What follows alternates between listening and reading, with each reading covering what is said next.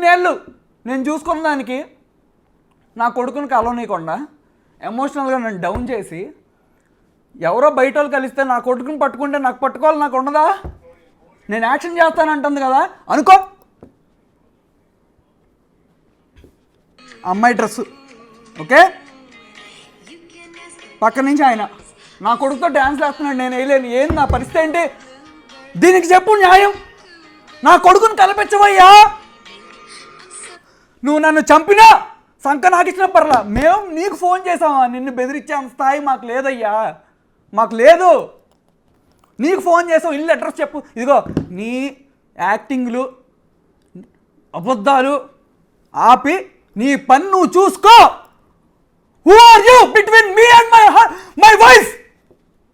Benny హెల్ మూర్తిగా చంపుకో. చంపుతాడు ఎందుకో చెప్తున్నా.